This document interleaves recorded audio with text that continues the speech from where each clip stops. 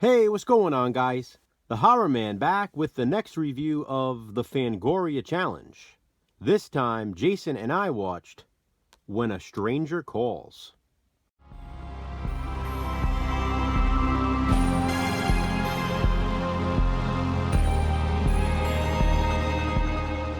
When a Stranger Calls is a 1979 classic horror film, and according to Fangoria, in 2003 anyway, it was one of the 101 best horror movies you've never seen. The thing about this classic, though, is that it's really only the first 20 minutes or so that people remember. It seems that even those who haven't actually seen the movie from beginning to end have at least seen those first 20 minutes. I can tell you that opening scene is brilliant.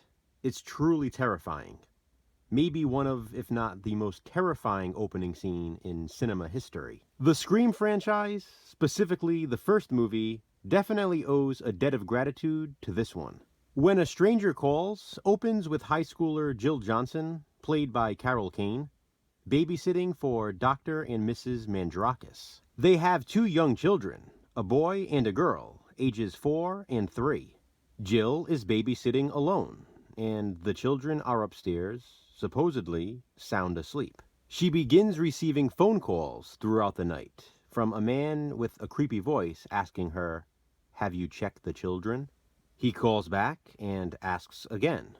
At first, Jill thinks it's a friend playing a prank on her, but the phone keeps ringing, and the man asks again, "Why haven't you checked the children?" At this point, you might be wondering if we plan to watch When a Stranger Calls directly after Black Christmas, since they both involved psychos making creepy phone calls. Well, the answer is yes. We did do this on purpose. Of course, Black Christmas did come first, but you cannot take away the infamy of the opening 20 minutes of When a Stranger Calls. This is that old babysitter urban legend done brilliantly. In fact, Fred Walton originally intended this to be a 20-minute short titled The Sitter. But then, after the success of Halloween the previous year, he decided to expand it into a feature film. You know the story. Jill eventually calls the cops, who trace the call and tell her the calls are coming from inside the house. They instruct her to get out of the house immediately, and she tries to do so as the psycho from upstairs makes his way down the steps. She probably should have checked the children, though, because they're both dead. The movie goes there. 2 young children, and as sick as this might sound, Jason and I both agree we like that they went there. The movie sends a message immediately. That's pretty much what everyone remembers about When a Stranger Calls. But again, that's only the first 20 minutes. They fly by the way. Cut to about 7 years later, and Detective John Clifford, who was the cop on the scene that night, is now a private investigator. Detective Clifford is played by the late great Charles Durning. Those child murders always haunted him, and the killer has spent the last 6 years in a psychiatric ward. But now he has escaped, and Detective Clifford has made it his mission to not only capture him, but to kill him. He feels, at this point, it is the only way to achieve redemption. At this point in the film, we get a good glimpse of killer Kurt Duncan's life. He was played by the late Tony Beckley, who unfortunately was dying of cancer during the filming of this movie. He sadly passed away just as principal photography had completed. He was great in this role, though. He's a truly sympathetic killer, and I know that probably sounds crazy as well, since he's a child murderer, but he's clearly mentally ill, and you feel bad for him. You just can't help it. That, to me, is a defining sign of a talented actor. As Detective Clifford searches for the killer on the loose, it all leads back to Jill Johnson, who is now married with 2 young children of her own. Will Kurt Duncan finish what he started? Or will John Clifford get his redemption?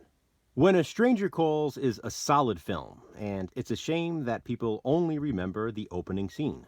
I get it though, that's definitely when the movie peaks. It's hard to compete with that. It's intense, suspenseful, terrifying, like I said.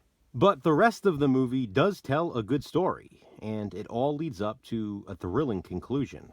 If you're one of those people who has only watched the first 20 minutes of When a Stranger Calls, then this really might be one of the 101 best horror movies you've never seen. Have you seen it? But more importantly, have you checked the children? Comment below and let me know. There are so many movies that would make a great relatable recommendation for When a Stranger Calls, but I decided to go with Fright. Fright is a 1971 horror film, and this is the first movie to feature a babysitter being stalked by a madman. That was sort of the deciding factor. It was the first. I almost recommended the remake of When a Stranger Calls, because I love that remake. But Fright, despite being released by Scream Factory, as you see here, is very obscure, so I definitely want to recommend this one if you haven't seen it. Fright has a killer atmosphere. Maybe When a Stranger Calls is due for another remake. When a Stranger Texts, or When a Stranger Zooms. I don't know. As always, please be sure to check out Jason's review of When a Stranger Calls. What will we watch next for the Fangoria challenge? Check back soon to find out. Thanks for watching, guys. Hit that thumbs up and be kind, subscribe.